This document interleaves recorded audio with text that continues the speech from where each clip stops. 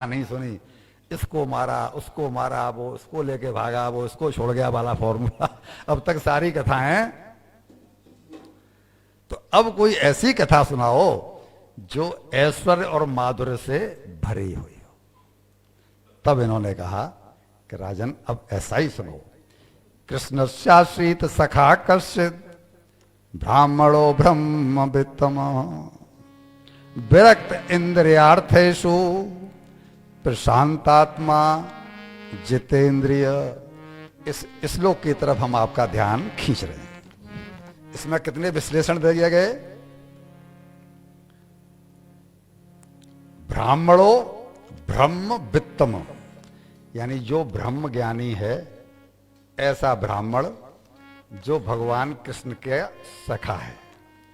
आगे विरक्त इंद्रियार्थेषु, यानी जो विरक्त है, इंद्रियों के बस में नहीं है। प्रशांत आत्मा, जिसके मन में कोई बेचैनी या किसी बात की चिंता नहीं है। और जितेंद्रिय हमने बताया कि वो जितेंद्रिय है। जिस व्यक्ति में इतने गुण होंगे वो भगवान के पास भिक्षा मांगने जाएगा?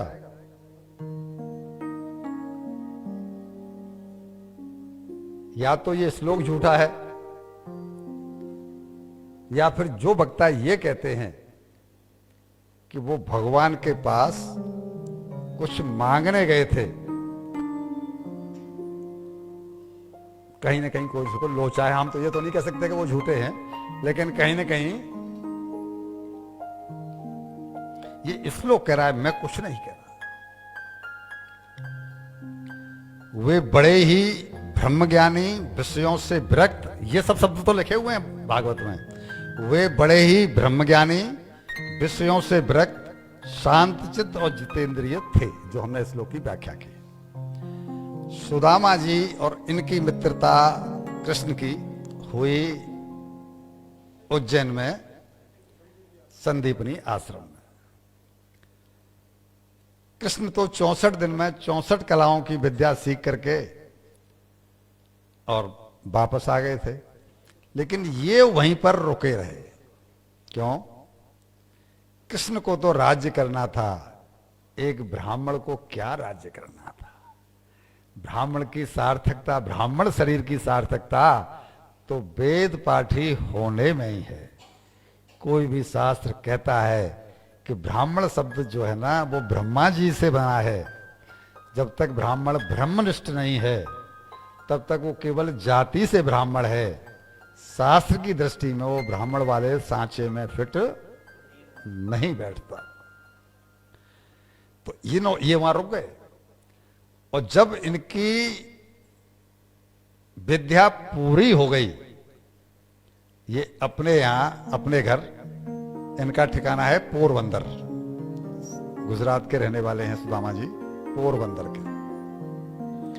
पोरबंदर जब वापस आए और जब उनके संबंध आने लगे, विवाह के लिए संबंध आने लगे, तो देखो हम सुना नहीं पा रहे हैं, पर वो 4 मुट्ठी चने का किस्सा तो आप सबको पता ही है।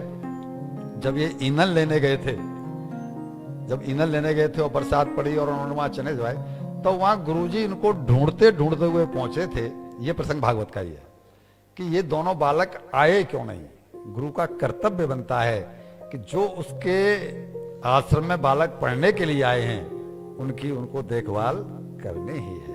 ये तो बरसात में फंस गए और ये आ नहीं पाए, तो गुरुजी गए हैं। और जब उन्होंने देखा कि ये मेरे लिए संविदा लाने की वजह से और इतने कष्ट में फंस गए हैं कि यहाँ ये पता ही नहीं पड़ रहा कि पानी कहाँ है और जमीन कहाँ है और गड्ढा कहाँ है, और ये बालक दोनों ठंड में सिकुड़ रहे हैं, तब उन्होंने आशीर्वाद देते हुए कहा है कि तुम्हारी विद्या कभी निष्फल नहीं होगी। दोनों को मैंने जो तुम्हें ज्ञान दिया है उसे कभी तुम भूलोगे नहीं। ये श्लोक भी वहां पर दिया हुआ है भागवत में, और ये पूरा प्रसंग भी दिया हुआ है। तो सुदामा जी उस बात को भूले नहीं हैं कि इस जीवन का मिलने का हेतु क्या है। हमने तो यही मान लिया है कि जीवन मिलने का उद्देश्य खाओ पियो मौज। जैसे हमारे पुरखे हमें संवारते संवारते निकल गए, ऐसे ही हमने भी बना लिया है कि हम भी बच्चों का जीवन संवारते संवारते निकल जाएं। हमारा क्या होगा ये सोचना हमारा कर्तव्य नहीं है। तब ये पड़ोसी सोचेंगे हमारे बारे में। अरे बाबा ऐसा होता है, हमको मरना है, जब हमको तरना है तो विचार भी हमें ही करना होगा। इन्होंने वो विद्या को ये भूले नहीं, क्योंकि गुरु का ऐसा आशीर्वाद इन्हें मिला हुआ है। और जब संबंध आने लगे तो इन्होंने कह दिया स्पष्ट शब्दों में, सुशीला जी इनकी पत्नी है, कि देखो देवी, मैं तुम्हारे साथ विवाह तो करूंगा, लेकिन मैंने अपने मन में अयाचक वृत्ति का व्रत लिया हुआ है। अब मैं जो शब्द कह रहा हूं उस पर ध्यान देना। मेरी कथा में मुसीबत यह है कि देर इसलिए लगती है, मैं हर एक से एक शब्द का व्याख्या करना चाहता हूं, और संबंध ये मोटे पेट वाले मुझे देते नहीं 4 घंटे भी, तो अब क्या करूं। अब मैं अयाचक शब्द की अगर व्याख्या नहीं करूं तो आपको पूरी लीला का गणित समझ में आएगा नहीं। अयाचक का मतलब क्या है? मैं याचक नहीं बनूंगा। ब्राह्मण हूं लेकिन याचक नहीं बनूंगा। क्यों? कि मैं ब्रह्मनिष्ठ हूं, मैं ब्रह्मनिष्ठ हूं, मैं प्रशांत आत्मा हूं, मैं तो मस्त हूं, अपना भूखा रहकर भी मस्त रहने वाला जीव हूं। ब्राह्मणी ने सोचा कि ऐसा दिव्य पति मिल रहा है, जैसे कि हमने आपको प्रसंग सुनाया करदम जी और देवभूति का, वो भी मोहित हो गई थी कि मेरा पति कितना त्यागी है कि जैसे ही एक संतान होगी और वन में चला जाएगा भगवान का भजन करने के लिए, तो इसी से विवाह करूं। जब अम्बरीश का प्रसंग सुनाया तो 3 से 1 भी रानी बोली कि मैं भोगों के लिए विवाह नहीं कर रही हूं, मैं तो ऐसा पति चाहती हूं जो अपने साथ में मुझे भी तार ले जाए। उसी दिन कह दिया, देवी तुम्हें मेरा ये प्रस्ताव मंजूर हो तब तो मेरे साथ विवाह करो, वरना मत करो। सुशीला ने कह दिया, स्वामी जो आपकी इच्छा हो, जिसमें आप प्रसन्न रहेंगे मैं भी उसी में प्रसन्न हूं। प्रसंग आता है कि सुदामा जी की उम्र इस समय कृष्ण के सखाएं कृष्ण के बराबर है, और अगर हम इस प्रसंग को जोड़ते हैं महाभारत से, तो जिस समय महाभारत युद्ध हुआ है उस समय अर्जुन की अवस्था है 90 ईयर, 80 या 90 के बीच में, कहीं 80 सुनने को मिलता है, कहीं 90 को सुनने मिलता है। और अभी अभी आपको हमने सुनाया कि अश्वमेध यज्ञ किया युधिष्ठिर ने। इट मीन्स भाई जब वो राजा बन गए, ठीक है ना, उसके बाद यज्ञ हुआ, तो निश्चित रूप से 80 के आसपास इनकी उम्र होनी चाहिए। हालांकि उम्र का गणित मेरा अपना है, ये भागवत में नहीं लगा। तब से अब तक इनके घर में दोनों टाइम भोजन, क्या सिस्टम था कि अपने घर में जैसे कि ठाकुर जी का विग्रह हमने यहां रखा हुआ है, सुदामा जी ने अपने घर में एक मंदिर बनाया हुआ है जहां ठाकुर जी की वो सेवा पूजा करते हैं। इनके इष्ट हैं भगवान कृष्ण ही।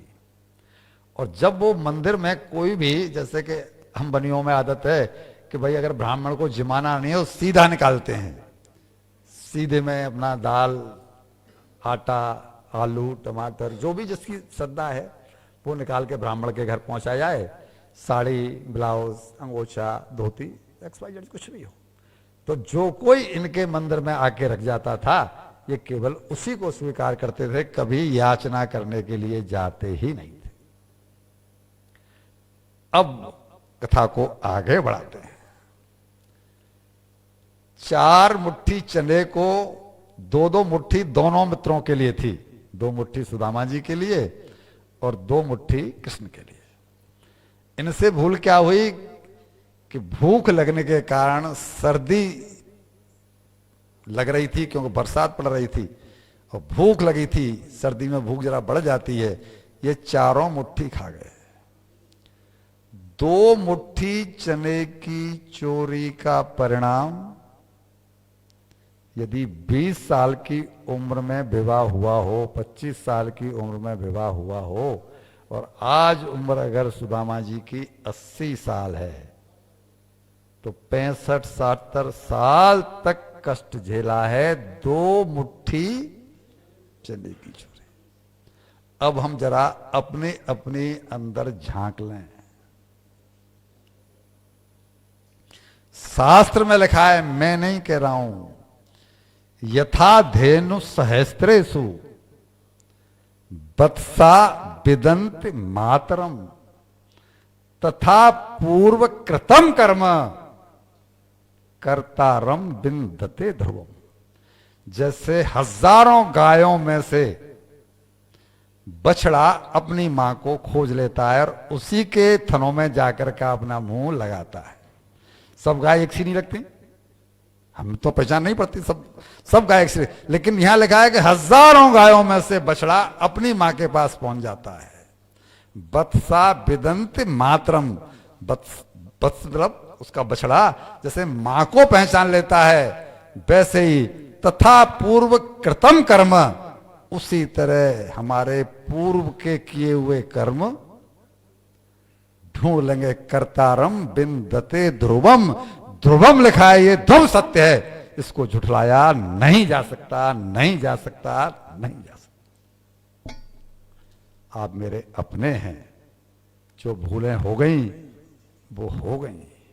ये जान लें कि केवल दो मुट्ठी चने का जब इतना कष्ट झेलना पड़ा है, भैया जी, बहनों, बहुओं, बेटियों, हम जो कर रहे हैं वो कौन से सांचे में फिट बैठ रहे हैं। क्योंकि ब्राह्मण वक्ता जब होता है ना, तो वो इन बातों को कह नहीं पाता। क्यों? उसे डर लगता है कि मेरे सामने सेठ लोग बैठे हैं। तो सीधी सीधी बात है कि जब ये कहा जा रहा है, तो एक तरह से आपको यही कहा जा रहा है कि भाई कुछ आपसे छोटी मोटी और बेईमानी हो रही है, कुछ कपट हो रहा है, कुछ अपराध हो रहा है। और वो बेचारा कैसे कहे, मुझे तो डर इसलिए नहीं है कि मैं तो आपका अपना हूं, अगर कोई नाराज होगा तो भाई उसके चरण पकड़ लूंगा, उसे मना लूंगा। ब्राह्मण तो आपके चरण नहीं पकड़ेगा। तो वो न बजे बांस न हो क्या कहते हैं, वो न होगा बांस न बजेगी बांस, हो ही क्यों, हमें इसलिए नहीं है, हम तो आपके चरण पकड़ लेंगे। भाई हमसे भूल हो गई, आपसे हमने कहा, हम तो कहते हैं आप मत सुनो, हम तो दूसरों को सुना रहे हैं। ध्यान खींचना काम ये वक्ता का कर्तव्य है। अब कोई माने या न माने वो उसकी समझ। दो मुट्ठी का ये हाल है। इन्होंने केवल तप किया है, तप किया है, तप किया और कुछ नहीं किया। हम आपसे अगला प्रश्न एक और करें। दान, धर्म, परोपकार, सेवा, चार चीज है ना जो हम करते हैं। दान, धर्म, परोपकार और सेवा। इन चारों चीजों का फल क्या है जब ये पूर्णता को पा जाएं तब? बताओ कोई? स्वर्ग की प्राप्ति। इनकी पहुंच केवल स्वर्ग तक है, ये वैकुंठ प्रदान नहीं कर सकते। हमने सुनाया कि भरत जी परोपकार के चक्कर में ही तो पड़े थे, और हमको क्या लगता है कि हम किसी संस्था से जुड़ गए और जुड़ करके अपना बुढ़ापा उस संस्था के चक्कर में ही काट दिया और भजन की तरफ ध्यान दिया ही नहीं। हमको लगता है हम धर्म कर रहे हैं। किसी से पूछो क्या कर रहे हो, बोल फला धर्मशाला में मैनेजर हूं, वो फला आश्रम में ये हूं। अरे बाबा, बनियों को क्या गर्ज पड़ी है वहां पर नौकरी करने की? बोला जी सेवा दे रहे हैं। अरे बाबा, सेवा से आपको क्या मिलने वाला? केवल दोनों टाइम भरपेट रोटी के अलावा ये मेवा मिलेगी मुक्ति। अपना काम करो जो अपने काम में आवे। और अब हम अगला प्रश्न ये कर रहे हैं कि भक्ति का फल क्या है? ठीक है, और तरीके से गाड़ा। भक्ति का फल क्या? भक्ति का फल केवल भक्ति। इस जीवन में हमारा देहांत हो गया, भक्ति पूर्णता को प्राप्त नहीं कर पाए। 6वें अध्याय का गीता के का और श्लोक है 37वां। अर्जुन ने पूछा है, प्रभु आपकी भक्ति करते करते कोई भक्त शांत हो जाए, शरीर, उम्र तो अपनी है, वो तो कभी भी आएगी, बुढ़ा मृत्यु तो क्या उसकी भक्ति बेकार गई? तब भगवान ने 41वें श्लोक में कहा है कि नहीं अर्जुन, प्राप्य पुण्य कृताम लोकान श्रुत्वा शाश्वती समा शुचीनाम श्रीमताम गेहे योग भ्रष्टो भिजायते। जो ऐसा भक्त जो कि पिछले जन्म में योग भ्रष्ट हो गया, यानी वो पूरी योग अपने को पूर्णता को प्राप्त नहीं कर पाया, मैं उसको सुचीनाम श्रीमताम गेहे, उसे पवित्र परिवारों में और वो भी धनवान परिवारों में, श्रीमंतों के घर में जन्म देता हूं। क्यों? ऐस करने के लिए। वो चिंता उसकी खाने कमाने की मिट जाए कि आज कमाएंगे नहीं तो कल खाएंगे क्या। भगवान कहते हैं कि पवित्र घरों में और वो भी श्रीमंतों के घर में जन्म देता हूं, जिससे कि जैसे ही उसे मौका मिले वो अपनी भक्ति में प्रवृत्त हो जाए। लेकिन हमने क्या मान रखा है, अजी ये पैसा मिला है तो फिर 2-5 ये नहीं हो, 10-20 गाड़ियां नहीं हो, और ये नहीं हो, हर साल अगर यूरोप की यात्रा नहीं हो, और ये नहीं, तो फिर इस पैसे का लाभ क्या है? अरे बाबा, ये पैसा आपको परमार्थ के लिए मिला है, इसे औरों को खुश करो और खुश भी आनंद से इसका भोग लगाओ। तो फिर आधा घंटा चला गया, क्या करूं? अभावों भरा जीते जीते समय इनको इतना हो गया। अब जब प्रारब्ध पूरा हो गया, ब्राह्मण सुदामा को नहीं पता कि मेरा प्रारब्ध पूरा हो गया है। चलने दूं? राकेश बाबू नाराज होंगे तो आप संभालोगे?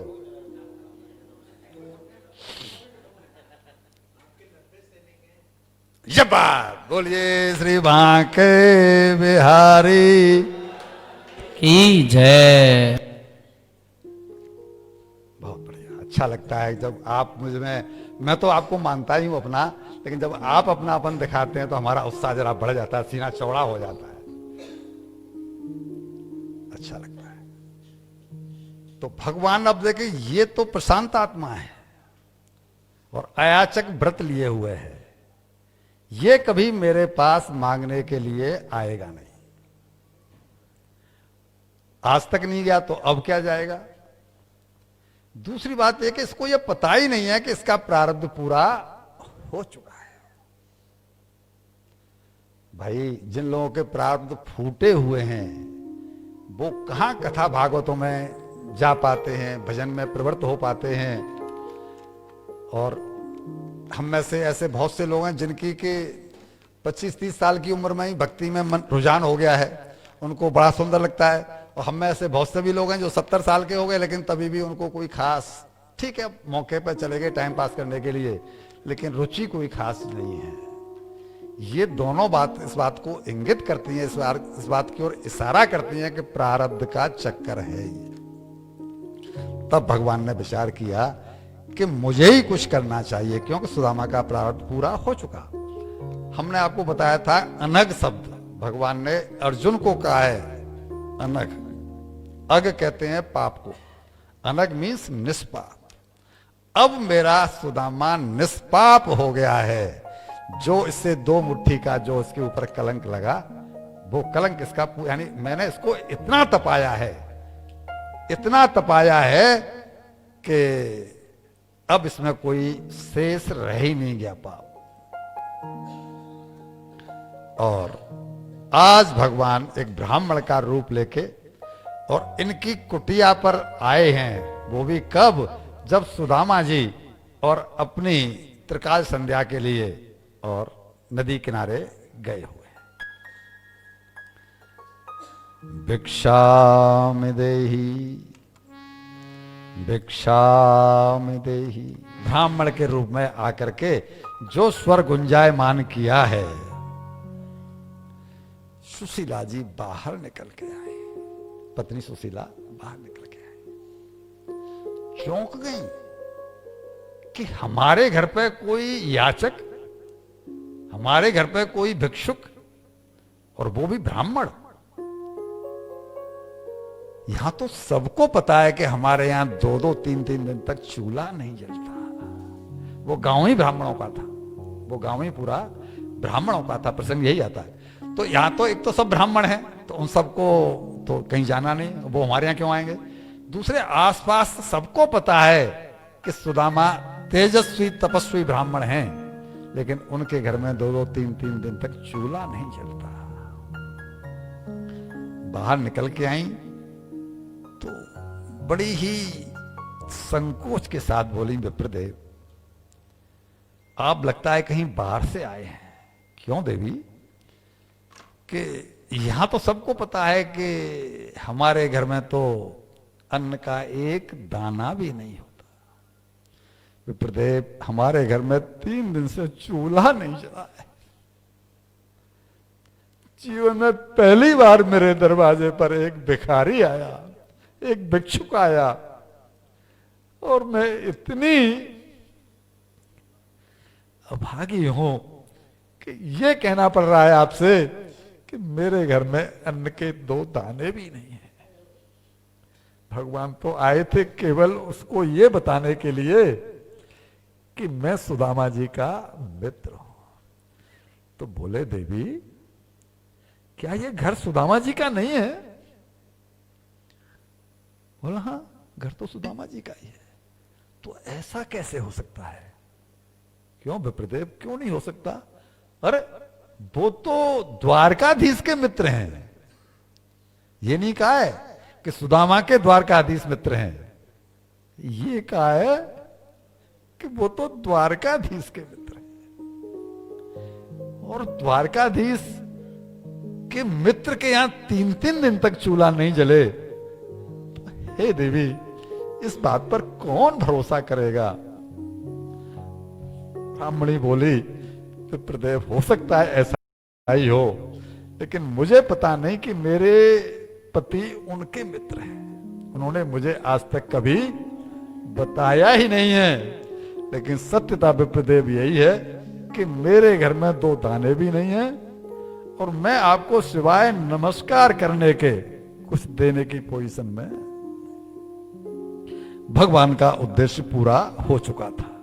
उनको तो केवल यह बताना था कि अब यहां से भूमिका इसकी शुरू होगी। मैंने अपना काम कर दिया, मेरा रोल पूरा हुआ।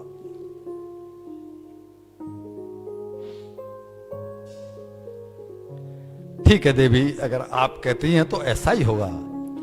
और जय श्री कृष्ण करके भगवान चले गए। और अगर अगली गली में जाके अंतर्ध्यान हो गए, भगवान का काम पूरा हो गया। अब ब्राह्मणी का रोल शुरू हुआ। अब वो चिंतन करने लगी कि जिसका मित्र द्वारकाधीश है, वो पिछले 65 साल से, 60 साल से, 70 साल से तप क्यों रहा है? क्या कारण है? दूसरी बात, तप रहा है, ठीक है, याचक वृत्ति ली हुई है, भिक्षा हमारे घर पर नहीं आई, तप रहा है, यहां तक भी ठीक है। लेकिन ये बात मैं उनकी धर्म पत्नी हूं, मुझे क्यों नहीं बताई? ये चिंतन हम महिलाओं को होना चाहिए। हमारे अंदर ऐसी क्या कमी है कि हमारा पति हमसे छुपा करके कोई व्यवहार कर रहा है? या तो बात को दूसरों से कह देने की आदत होगी, या वो बता रहा है कि आज मैंने लाख रुपया कमाया है तो शॉपिंग की, चलो कोई मतलब मेरा ऐसा, माफ करना गुप्ता जी, माफ करना, मैं ये कहना चाहता हूं कि कुल मिलाकर के हमें अपनी तरफ देखना चाहिए कि मेरे अंदर ऐसी क्या कमी रही जो मेरे पति ने मुझे बताया नहीं, मुझसे छुपाया।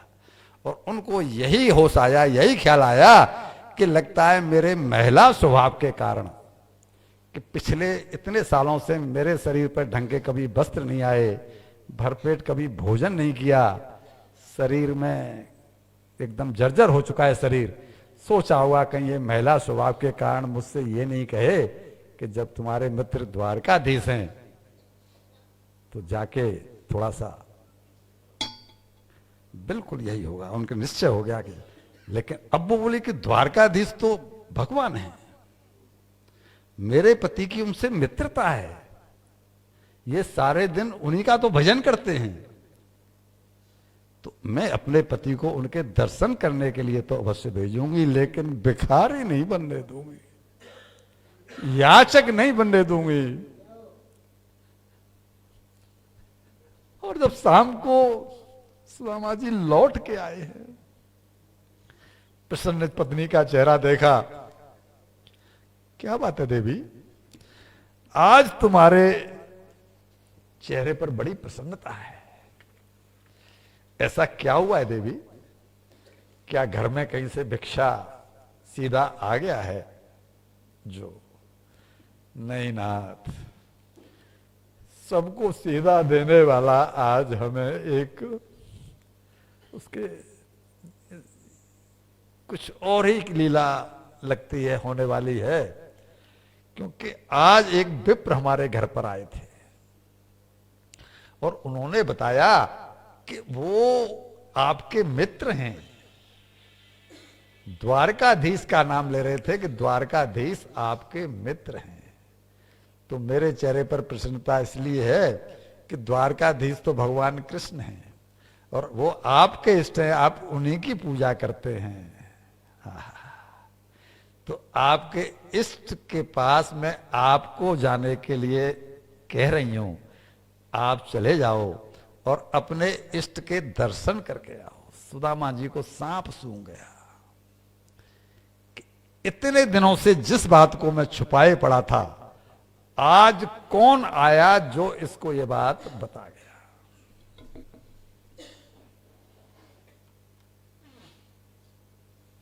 पूछा देवी कहां से आया था? बोला नहीं मालूम। उन्होंने बताया बस इतना ही, और जब मैंने कहा कि हमारे घर में कुछ देने को नहीं है, वो चले गए। सुदामा जी चिंतन में डूब गए, कौन हो सकता है, कौन हो सकता है। और अंत में इसी निष्कर्ष पर पहुंचे कि सिवाय कृष्ण के कोई दूसरा नहीं हो सकता। क्यों? कि ये बात तो किसी को पता है ही नहीं। लगता है मेरा कृष्ण मुझे याद कर रहा है। जब चिंतन में डूबे हुए हैं तो सुशीला ने फिर कहा, स्वामी कहां खो गए? मैं आपसे याचना करने के लिए नहीं कह रही हूं, आप केवल दर्शन करके, अरे भगवान के दर्शन करने से ही मन पवित्र हो जाता है, आत्मा शांत हो जाती है। आप केवल दर्शन करे आओ और वापस आ जाओ, मैं याचना करने को नहीं कर लगा उनको कि भाई इसमें कोई हर्जा भी नहीं है। जब ये कह रही है दर्शन करके आओ तो मुझे चाहना चाहिए। भगवान ने कहा, देवी मैं द्वारकाधीश से मिलने तो जाऊं, पर 3 रिश्ते ऐसे हैं जहां बिना कुछ लिए नहीं जाना चाहिए। देवी एक तो मंदिर में कभी जाएं दर्शन करने के लिए तो ₹1 ₹2 उस गुल्लक में डाल दें। क्यों? मंदिर का खर्चा चलेगा कैसे? मंदिर का खर्चा, पुजारी को तो पगार मिल जाती है, लेकिन मंदिर का खर्चा कैसे चलेगा? वो गुल्लक में जो दान आता है उसी से चलता है। और एक संत के यहां गुरु शब्द की जो व्याख्या करते हैं, वो हम जैसे रोटी राम टाइप के गुरु कर देते हैं, जिससे कि दक्षिणा आपसे हमें, वहां गुरु नहीं, शब्द है संत। क्योंकि गुरुओं के पास तो गुरु पूर्णिमा को लाखों करोड़ों रुपए आ जाते हैं, संत तो जंगल में पड़ा है, उसके पास देने कौन जाएगा? तो वो शब्द है संत। जिनको दक्षिणा लेनी होती है ना, वो वहां पर गुरु शब्द पेल देते हैं। पर संत के पास जाओ तो कुछ भी आटा, चावल, दाल, रुपया, पैसा कुछ भी लेके जाओ, जिससे कि उसके जीवन यापन हो सके और भगवान का भजन कर सके। भूखा भजन न होए।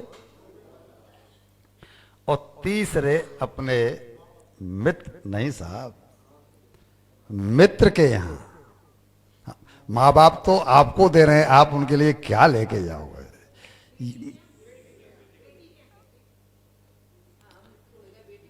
अरे बाबा,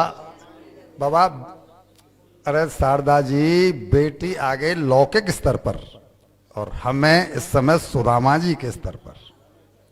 बेटी को तो ठीक है, लेकिन लौकिक स्तर हुआ ना, वो सामाजिक व्यवहार हुआ। हम बात कर रहे हैं इन तीनों जो बताए, ये तीनों लेवल है। एक तीसरा मित्र के यहाँ। मित्र के यहाँ जब आप जाते हैं तो अभी ताऊ जी आए थे, कुछ मम्मी कुछ लेकर आए हमारे लिए? बालक पूछते हैं। चाचा जी आए थे, कुछ लाए? ताई आई, चाची आई, मौसी आई, कुछ लेकर के आई? बालक तो अबोध हैं, वो क्या जाने कि भाई ये क्या होता है। उनको पता है कि जब कोई घर में आता है तो कुछ लेकर के तो पूछ लेते हैं सहज भाव से। और मेरे कृष्ण से 3 रिश्ते हैं। मेरा मित्र भी है, मेरा इष्ट भी है, और एक वो राजा भी है। राजा के यहां भी खाली हाथ नहीं जाना चाहिए। हमने राजा की जगह पर मंदिर शब्द इसलिए लिया है कि मंदिर की व्यवस्था वो हमारे और आपके पैसे से चलती है। राजा तो राजा है, तो वहां कोई खास बात नहीं है। राजा भी कोई है तो वो लौकिक स्तर पर है, जैसे कि बेटी की बात आई, वो लौकिक स्तर पर है। हमने तीनों को जो लिया है वो थोड़ा ऊंचे लेवल पर लिया है। तो मैं, हमारे घर में कुछ है नहीं, जाऊं तो क्या लेके जाऊं? सुशीला बोल पड़ी, स्वामी मैंने आज तक अपने घर के लिए कभी किसी घर के में जाकर के भिक्षा नहीं मांगी। आज मैं भगवान के लिए भिक्षा मांगने जाती हूं। जिस जगह जो कुछ भी मिल जाएगा मैं ला करके आपको देती हूं। अगर सुशीला भिक्षा मांगने गई थी तो जब 4 मुट्ठी चावल मिले तो 1 मुट्ठी अपने यहां क्यों नहीं रख लिया? 3 दिन से चूल्हा नहीं जला है। कह रही हैं कि मैं अपने लिए नहीं, आपके इष्ट के लिए भिक्षा मांगने जाती हूं। उस ब्राह्मणी ने अपने आप को धन्य माना कि सुदामा जैसी तपस्वी की पत्नी, और आज हमारे घर में ये बोल करके आई है कि बहन तेरे घर में कुछ हो तो मुझे दे दे। मेरे पति द्वारकाधीश के दर्शन करने जा रहे हैं। इससे बड़ी धन्यता मेरी क्या हो सकती है बहन? अधिक कुछ तो नहीं, लेकिन हां चावल पड़ा है, तंदुल। उसने 4 मुट्ठी तंदुल बांध करके एक पोटली में सुदामा जी की पत्नी को दे दिए। सुदामा जी की पत्नी ने सुदामा जी को दिए कि आप इनको ले जाओ। वे तो भाव के भूखे हैं, उन्हें ये नहीं देखते वो कि 56 भोग हैं या साग पात है। आप ये लेके जाओ। और पड़ोस के ब्राह्मणों के घर से या चित्वा चतुरो मुष्ठीन, चतुरो मुष्ठीन 4 मुट्ठी विप्राण पृथक तंदुलान ला करके पति देव को दे दिए। और अब सोचा कि भगवान से मिलने जा रहे हैं और मेरा आज तक भगवान से कोई संबंध जुड़ा नहीं है। बिना संबंध ज्ञान के और बात बनती नहीं है।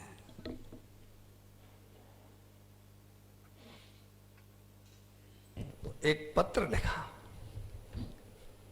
द्वारकाधीश के नाम।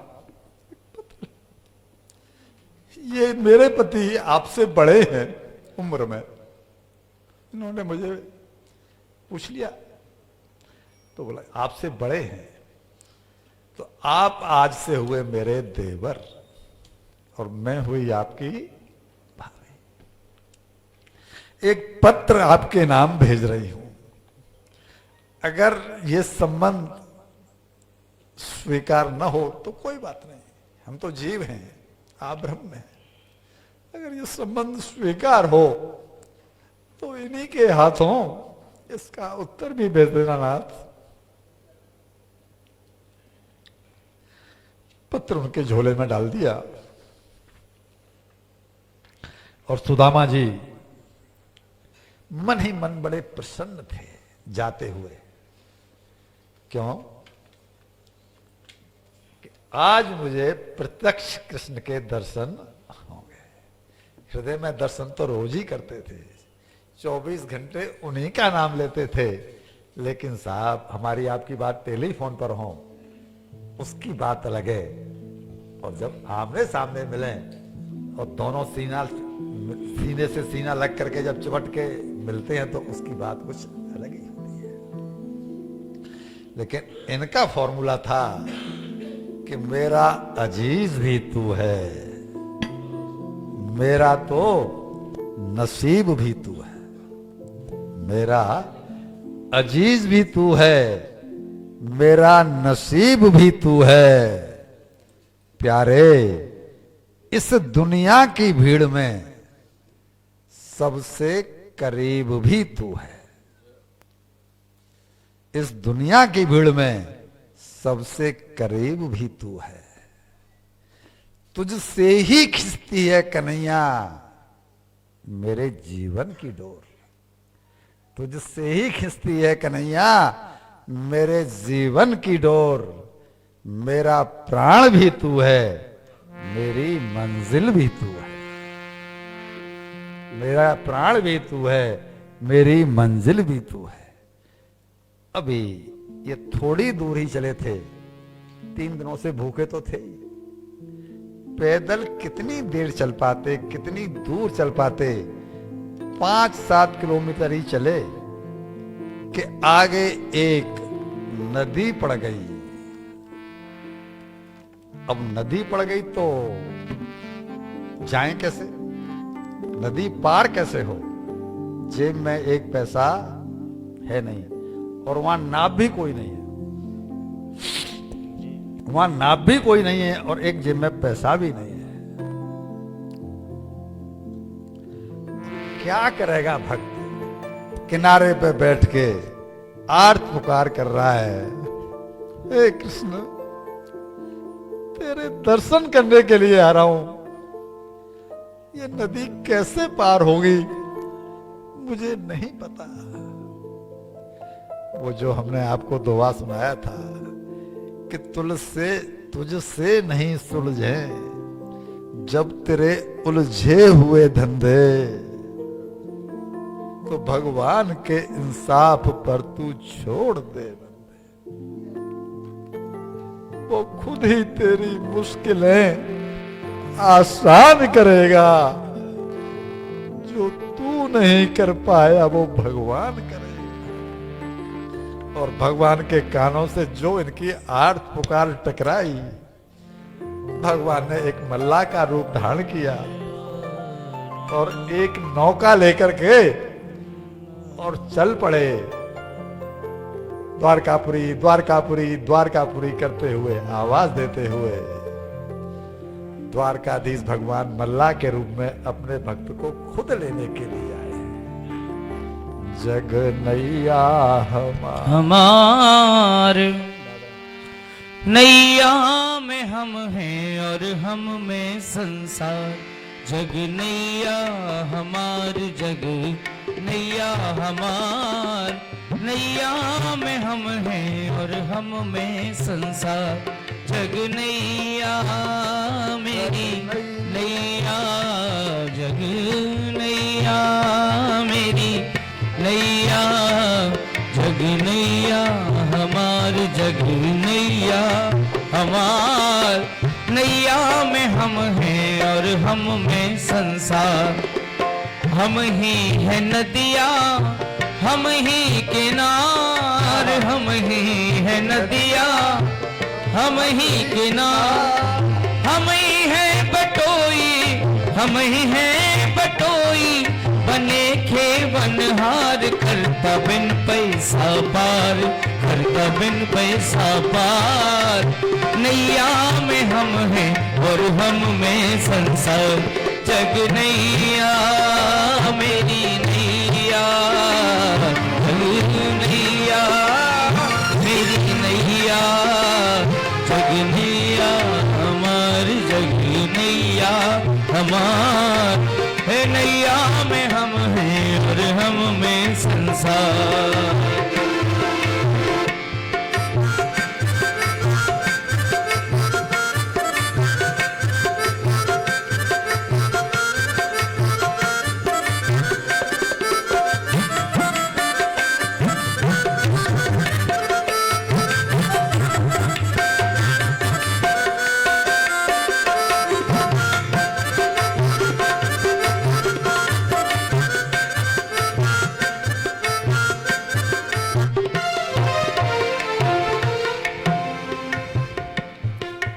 द्वारकाधीश नौका लेकर आ तो गए। सुदामा जी तो सुदामा जी हैं। बोले भैया बैठूं कैसे, मेरे पास पैसा देने को नहीं है। कोई बात नहीं विप्रदेव, आशीर्वाद देने को तो है। पैसा तो मैं सबसे कमाता हूं, दिन भर नौका चलाता हूं तो पैसा तो मुझे मिल ही जाता है। आप तो केवल आशीर्वाद दे दो, मेरे लिए वो बहुत बड़ी संपत्ति है।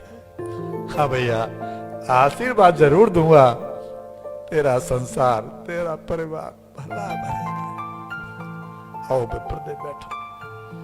भगवान लेके गए और पल्ली पार जो है उतारा है। आशीर्वाद दे करके भगवान तो अंतर ध्यान हो गए। अब सुदामा जी इधर उधर देख रहे हैं कि ये चला कहां गया। उन्हें क्या मालूम को उनको लेने के लिए कौन आया है। पूछते पूछते पहुंचे द्वारकापुरी के भगवान कृष्ण के महल में। भगवान कृष्ण के यहां ये आदेश दिया द्वार वालों को कि जो कोई भी दरवाजे पर आ जाए ब्राह्मण, उस ब्राह्मण को बिना हमसे पूछे वो जो चाहे, रहने को तो ठिकाना दे देना, खाने को तो भोजन दे देना, पहनने को तो वस्त्र दे देना, कोई निराश नहीं जाना चाहिए। द्वारपाल ने वही पूछा,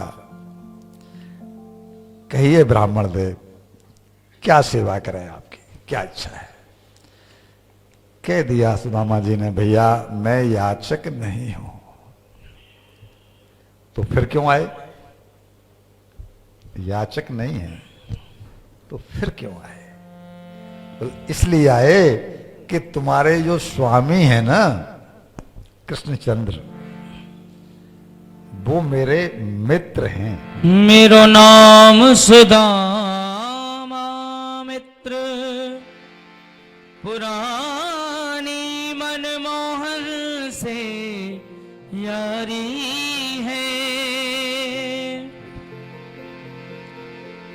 पुरानी मनमोहन से यारी है, बिगड़ी का ना मोल यार सब बने बने के साथी हैं, बने बने के साथी हैं।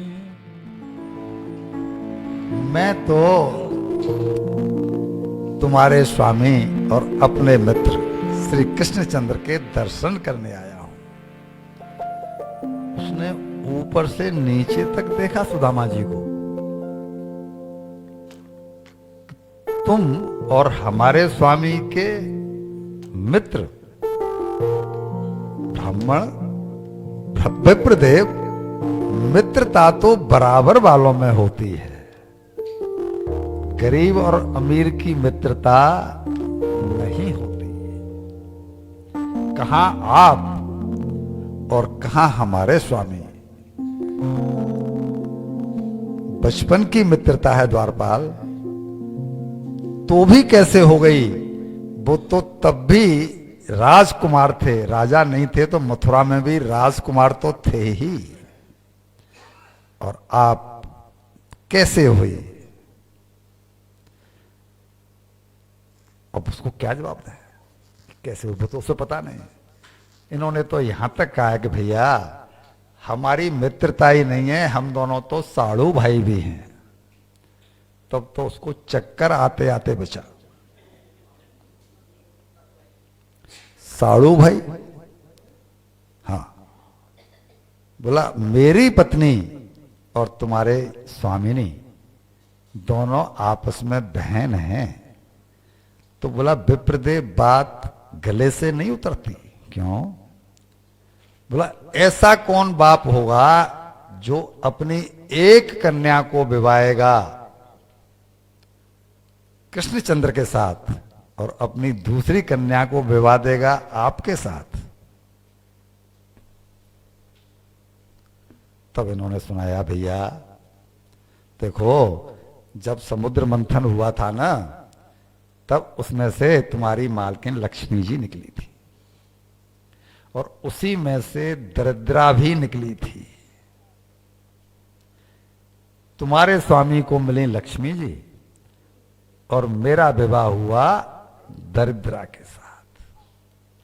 तो हम दोनों साड़ू भाई हुए कि नहीं हुए? अब बेचारे को क्या मालूम है कि ये बात कर रहे हैं सतयुग की।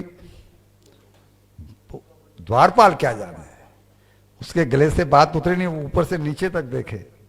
भगवान ने कहा, सॉरी सुदामा जी ने कहा, बाबा तू एक काम कर कि तू जाके हमारे बारे में बता दे कि वहां पर एक विप्र आया है और वो कह रहा है कि मैं उनके बचपन का मित्र हूं और उनका दर्शन करना चाहता हूं। अगर तुम्हारे स्वामी कहेंगे कि कह दो कि हमें नहीं मिलना तो मैं चला जाऊंगा। तुम्हारे स्वामी मुझे अंदर बुलाएं तब तो जाने दोगे ना? बोला जाने दूंगा, बात इसमें कोई हर्जा भी नहीं है कि आप कह रहे हैं कि जाके स्वामी से पूछ लो। तो मैं चला जाता हूं।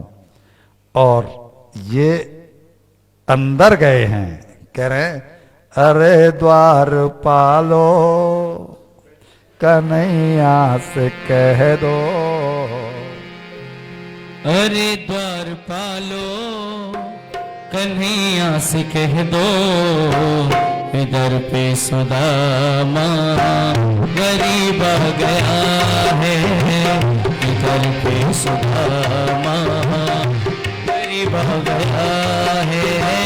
भटकते भटकते न जाने कहाँ से, भटकते भटकते न जाने कहाँ से, तुम्हारे महल के करीब आ गया है, इधर पे सुदामा करीब आ गया है।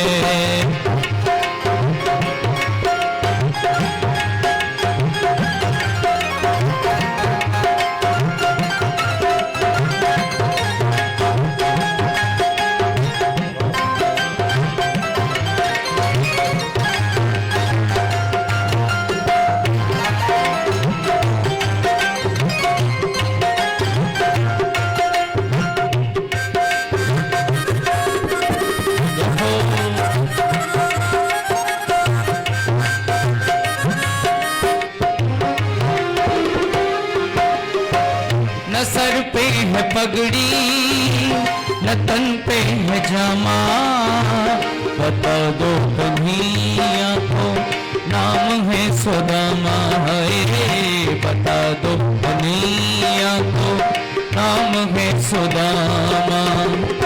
न सर पे है पगड़ी न तन पे है जामा, तो बता दो कन्हैया को नाम है सुदामा, न सर पे है पगड़ी न तन पे है जामा, बता दो कन्हैया को नाम है सुदामा, बता दो कन्हैया को नाम है सुदामा। बस एक बार मोहन से जा करके कह दो, तुम एक बार मोहन से जा करके कह दो, मिलने सखा बद नसीब आ गया है, मिलने सखा बद नसीब आ गया है। अरे द्वार पालो कन्हैया से कह दो, इधर पे सुदामा गरीब आ गया है, इधर पे सुदामा गरीब आ गया है।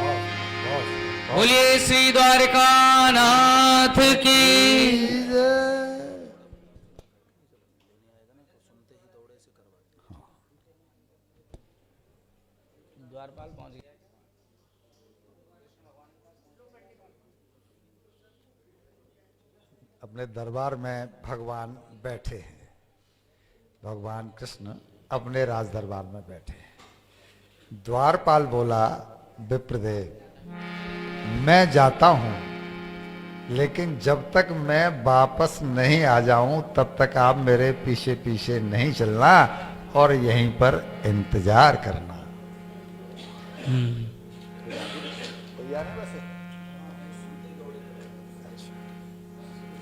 और तब जाकर के द्वारपाल ने बोला है, प्रभु शीस पगाना जगतन पे प्रभु जाने को आए बसो के ही ग्राम। होती फटी सील की द्रौपदी और पाहो पाहन की नहीं शाम। बारे खड़ो द्विजे दुर्बल रहो चक सो वसुधा वीरमा। पूछत दीन दयाल को धाम बतावत आपनो नाम सुदामा। हे पूछत दीन दयाल को नाम बतावत आपनो नाम सुदामा। और जैसे ही द्वारपाल ने बोला कि बतावत आपनो नाम सुदामा, तो दौड़े ही कि सुनते ही दौड़े चले आए मोहन। लगाया गले से सुदामा को मोहन। हाँ लगाया गले से सुदामा को मोहन। कि सुनते ही दौड़े चले आए मोहन। वो लगाया गले से सुदामा को मोहन। कि सुनते ही दौड़े चले आए मोहन। लगाया गले से सुदामा को मोहन है। लगाया गले से सुदामा को मोहन। हुआ रुक्मणी को बहुत ही अचंबा। हुआ रुक्मणी को बहुत ही अचंबा। ये मेहमान कैसा अजीब हो गया है। ये मेहमान कैसा अजीब हो गया है। अरे द्वार भालो कन्हैया से कह दो इधर पे सुदामा गरीब आ गया है। इधर पे सुदामा गरीब आ गया है। बराबर में अपने सुदामा बिठाए चरण आंसुओं से प्रभु ने बुलाए। चरण आंसुओं से प्रभु ने बुलाए। ओ बराबर में अपने सुदामा बैठाए। ओ चरण आंसुओं से श्याम ने बुलाए। बराबर में अपने सुदामा बिठाए। चरण आंसुओं से सामने दुलाए। चरण आंसुओं से सामने दुलाए। न घबराओ प्यारे जरा तुम सुदामा। न घबराओ प्यारे जरा तुम सुदामा। खुशी का समा तेरे करीब आ गया है। खुशी का समा तेरे करीब आ गया है। ओ अरे द्वार पालो कन्हैया से कह दो इधर पे सुदामा गरीब आ गया है। इधर पे सुदामा गरीब आ गया है। इधर पे सुदामा गरीब आ गया है। जी सभी लोग सुदामा जी का देखिए पूजन जो करना देखिए, है। अगर हमारी सलाह माने तो ये दोनों विग्रह आ गए हैं, शरण धुल गए हैं सुदामा जी के। हम कहें तो प्रसंग को और कुछ कह लें या पूरा करना है? कथा बोल रहे ना, तो मैं इसको ही तो एंड करना है।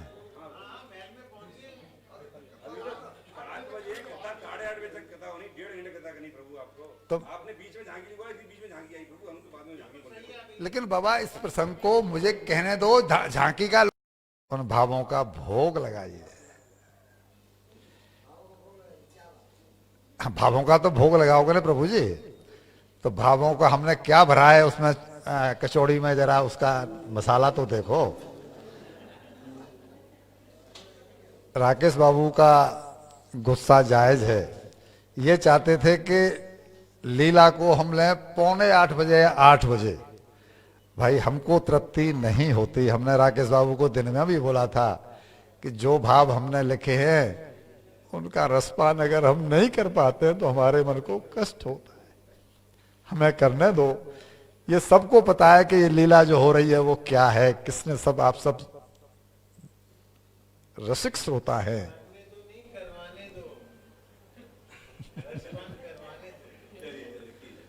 मतलब मैं तो अपनी कह रहा हूं जी, मुझे करने दो। ये आपका बड़प्पन है जो आप उसमें से कुछ ले लें। सुदामा जी का नाम सुनते ही भगवान कृष्ण दरवाजे की तरफ ऐसे भागे हैं जैसे किसी भिखारी को मालूम पड़ जाए कि कहीं पर कोई मोहरें लुटा रहा हो, रत्न लुटा रहा हो। हम आपसे एक बात पूछते हैं कि सुदामा जी से भगवान कृष्ण को कुछ मिलने वाला था? कोई अमीर तो आया नहीं है किसी गरीब के दरवाजे पर। अमीर के दरवाजे पर एक गरीब आया है, तो इसको मिलने वाला तो था नहीं, तो फिर भागे क्यों, दौड़े क्यों मिलने के लिए, और जाकर के चिपट क्यों गए भैया जी? तभी कहा जाता है दोस्ती तो मित्रों वह ताज होता है जिस पर कि दोस्त को भी नाज होता है।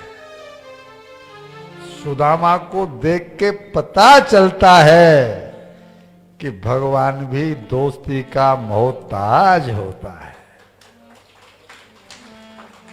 ये है मित्रता कि एक गरीब के लिए और एक अमीर भागा है,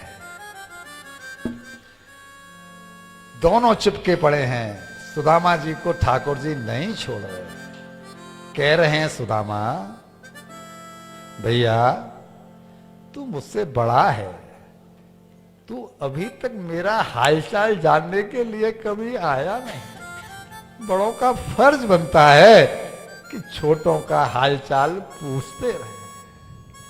तूने कभी द्वारका की तरफ रुख नहीं किया। तेरा छोटा भाई कैसा है? तू तपता रहा, तूने मुझे इस लायक समझा ही नहीं कि कभी अपने भाई से भी मिलके आ जाऊं। मैं तुम्हारा दोस्त हूं प्यारे। देवता कह रहे हैं कि वाह प्रभु वाह, आपने ही तो तपाया और आप ही उस पर आरोप लगा रहे हो कि तू कभी मिलने के लिए आया ही नहीं। वर्षों के बिछड़े दो मीत आज सम्मुख हैं, नैनों में आंसुओं की दशा कुछ विचित्र है। मिलने की झिझक भी है, मिलने की ललक भी है, बालपन के साथियों की दशा कुछ विचित्र है। दोनों के नैनों में आंसुओं के मोती हैं, दोनों के नैनों में आंसुओं के मोती हैं, मोतियों में बालपन की मित्रता का चित्र है। छोटा बड़ा ऊंच नीच राजा रंग कोई नहीं, प्रेम की धरा पे मित्र केवल एक मित्र है। प्रेम की धरा पे मित्र प्रेम केवल की धरा पे मित्र केवल एक मित्र है। इतना अपनापन पाकर तो सुदामा जी के जो बरसों से आंसू सूख गए थे, आज वो फूट पड़े, मान लो एक बांध फूट पड़ा हो, झरझर झरझर दोनों मित्रों के आंसू झड़ रहे। भैया जी बहनों, ढल जाती है भक्त पर हर चीज, भैया जी ढल जाती है भक्त पर हर चीज भैया जी। सिर्फ एक दोस्ती ही ऐसी चीज है जो कभी बूढ़ी नहीं होती, जो कभी बूढ़ी नहीं होती। यह देखकर देवता आश्चर्य कर रहे हैं कि वाह प्रभु, आप किसी को इतना भी प्रेम दे सकते हैं, ये तो हमने आज पहली बार देखा। हम कहते हैं कि धन्य वो है जो धनी है, लेकिन भगवान कहते हैं सकल भुवन मध्य निर्द नास्ते भी धन्या स्वसती, हे हृदय श्याम शरीर हरेर भक्त रेखा। भगवान कहते हैं मेरी दृष्टि में वो धन्य है जो मेरी भक्ति में लवलीन है। संसार कहता है वो कहता रहे, लेकिन वो धन्य नहीं, वो अभागा है जिसका रुझान कंकड़ पत्थरों की तरफ है। रत्न तो मेरा नाम है, मेरा नाम नाम धन कहलाता है। जिसके पास ये नहीं है वो क्या जाने कि क्या जीवन होता है। जिसके हृदय में प्रेमावृत्ति जागृत होती है, प्रेमा भक्ति जागृत हो चुकी है, भक्त तो वो प्रेम के बंधन में वे बंध गए। प्रेमियों ने जो बनाया बन गए। जान मीरा की न राणा ले सका, राणा ने जहर पिलाया, जान मीरा की न राणा ले सका। खुद कृष्ण ही जा करके अमृत बन गए, खुद कृष्ण ही जा करके अमृत बन गए। भात नरसिंह भक्त का उन्होंने भरा, नरसिंह भक्त, भात नरसिंह भक्त का उनने भरा।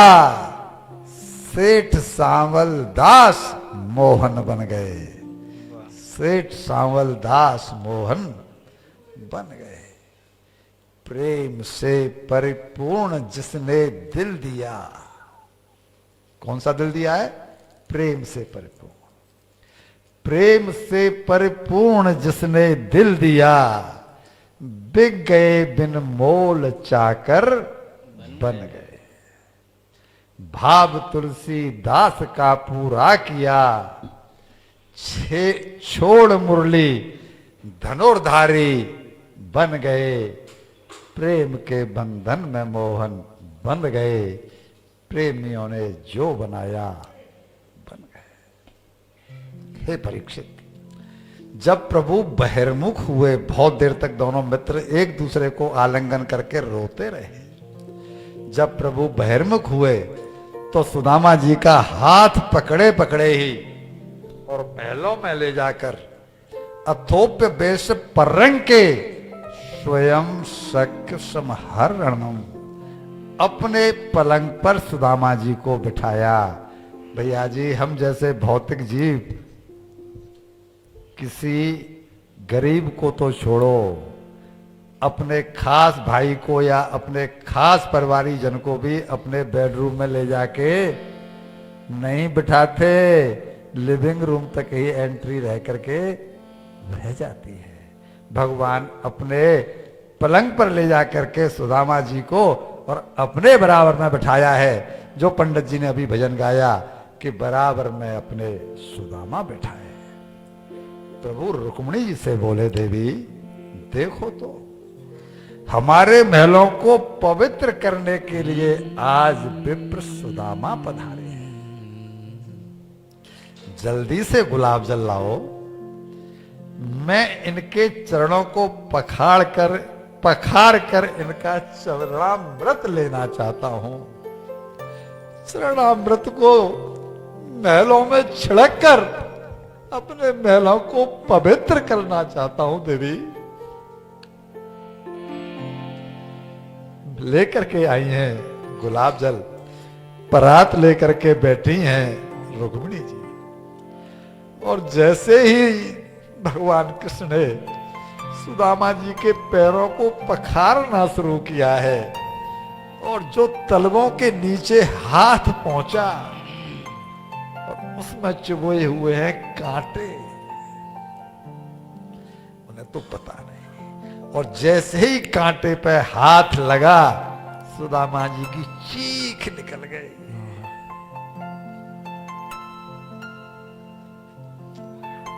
सुदामा जी की चीख सुनकर भगवान कृष्ण के आंसू बहने लगे। मित्र, तू चला कैसे?